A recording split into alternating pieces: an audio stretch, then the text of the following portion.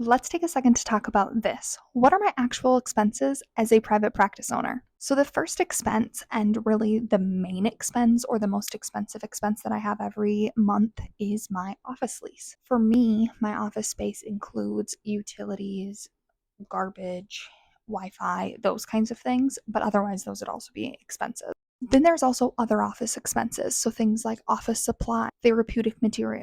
There's also office decor, so things like my desk, my furniture, my pictures, all of that kind of stuff. Then we also get into technology. So the two big things that I pay for would be my EHR system, which I use Simple Practice, and then my telephone. Along with this is things like website. So I pay to have my actual website addressed, my website hosting, updates that I do on my website, different marketing materials, so things like Canva, things like editing software, different postage and delivery that I've used to mail out different marketing, Psychology Today, any other services that I use to market my private practice. Is bank fees. So this is going to be fees that processors take when paying me. So some insurances pay me directly, but a lot of them have a secondary processor that it goes through that takes a percentage out of the amount of money they would otherwise pay me.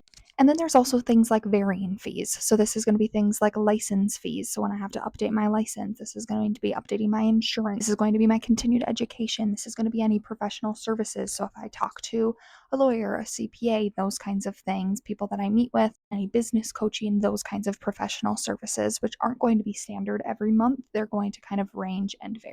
Personally, I average about $1,300 in expenses every month, but this is going to be, again, a number that varies because it's not consistent every month. It's also not consistent because it depends very much on area. If you want more information on some of the things that I think are really helpful to think about and some of the questions that are really important to ask in the steps of opening private practice, check out the blog on my website because I dig into it deeper in terms of how important it is to talk to other therapists in your areas and some of the best questions that you should ask when you talk to them.